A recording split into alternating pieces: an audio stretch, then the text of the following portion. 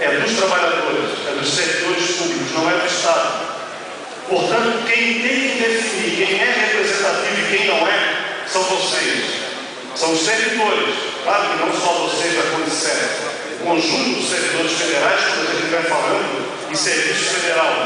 Não pode ser o regimento interno da Mesa Nacional de Negociação que diga é representativo fulano, não é representativo Beltrano, a não ser que vocês tenham levado essa proposta para lá para a incorporação do regimento interno.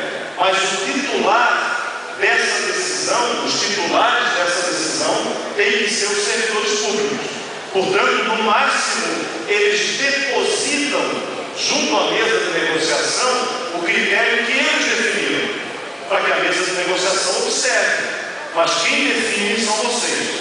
Isso não dá para abrir mão, porque ao abrir mão significa aceitar a intromissão do Estado na liberdade e autonomia sindical.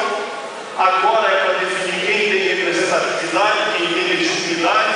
Daqui a pouco é para quem negocia, para quem não negocia, para quem entra, para quem não entra, para quem senta, para quem não senta, para quem tem que preencher lá embaixo aquelas fichinhas para subir, né? Vocês conhecem bem, e assim por diante.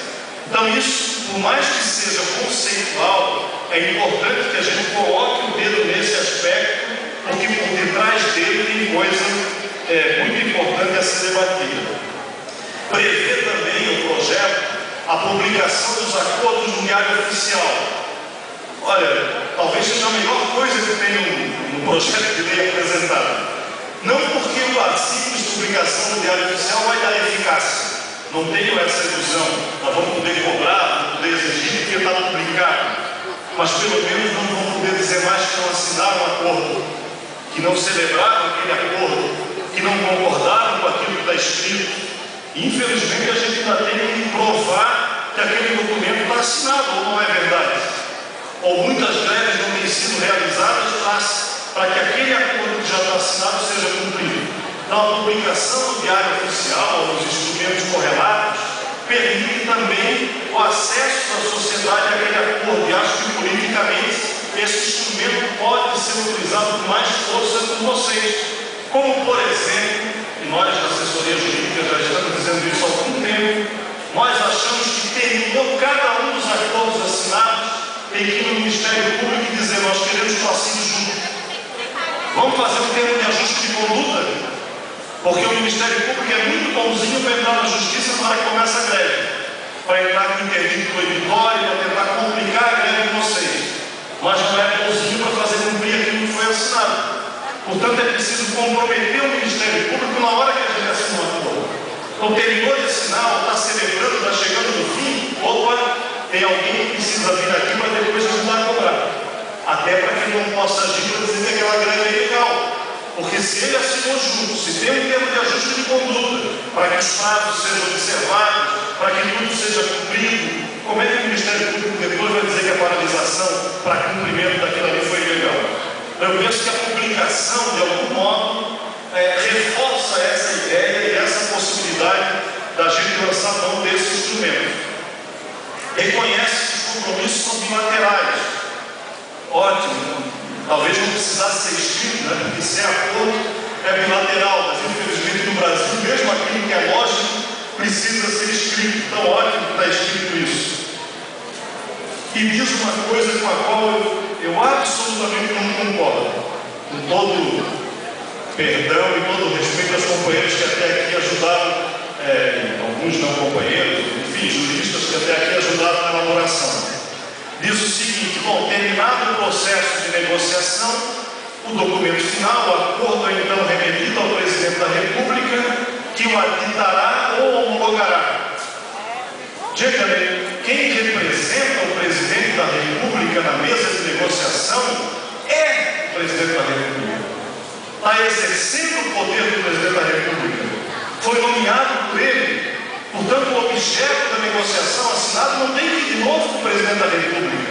Ele não é o árbitro da negociação. Ele foi partícipe do processo de negociação. Ou então aqueles que negociaram por ele não têm autoridade. Então, se ele dá autoridade, confere autoridade, diz que é SRH, por exemplo, aquilo que for negociado pela SRH tem que ser encaminhado pelo Presidente da República. e não aditado ou homologado, analisado, etc. Eu sei que lá dentro eles podem dizer, mas tem que observar a lei de responsabilidade fiscal, tem que observar o princípio da legalidade. Sim, eu não desconheço nada disso, mas eu estou entendendo que se o presidente, e já fui secretário, sei que é assim, se o presidente da República disse que eu devo negociar com vocês, ele já me disse, a SOF já me disse, o Ministério do Planejamento já me disse, você tem 1 milhão para negociar. Se passar disso, não vale. Você não pode passar de 1 milhão. Portanto, eu já estou no limite orçamentário da lei de responsabilidade fiscal, já estou no limite da lei orçamentária, sei que aquele objeto da negociação, em alguns casos, vai virar projeto de lei ou medida provisória, que vai para o Congresso.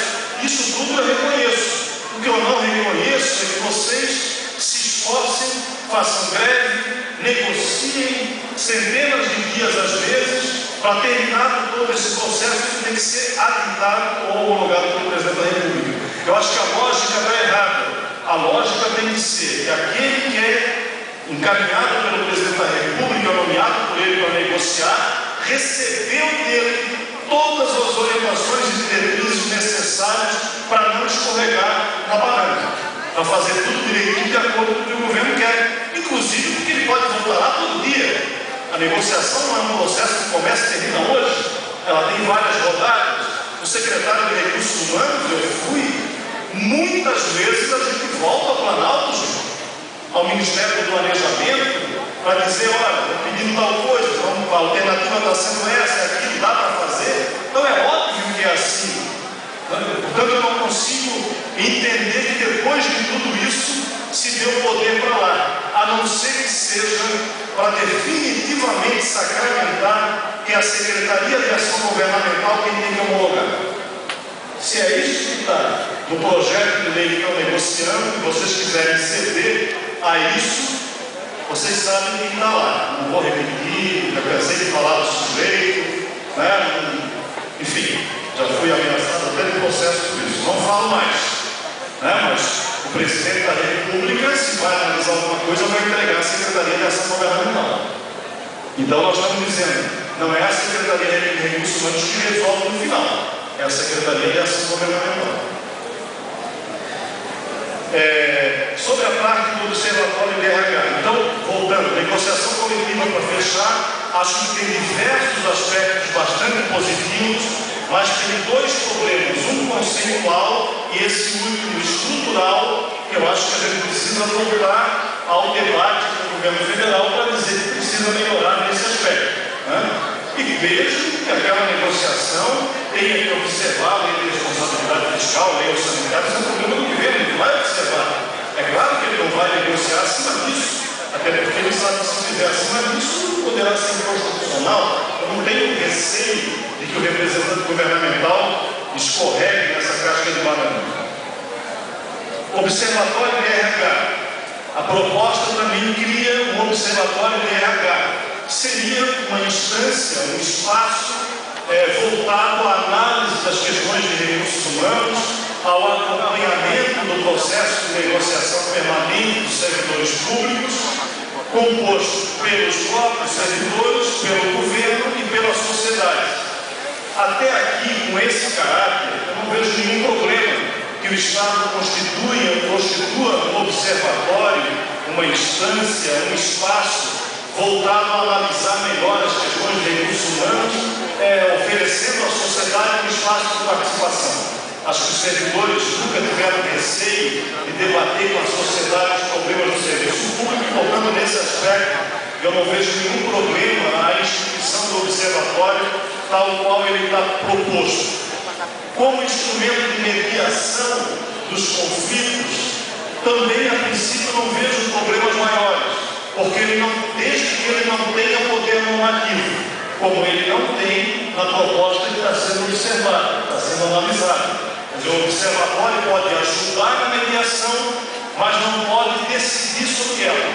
Porque se a gente disser que ele pode decidir sobre ela, nós estamos oferecendo poder normativo, poder de dizer na negociação quem tem razão e quem não tem.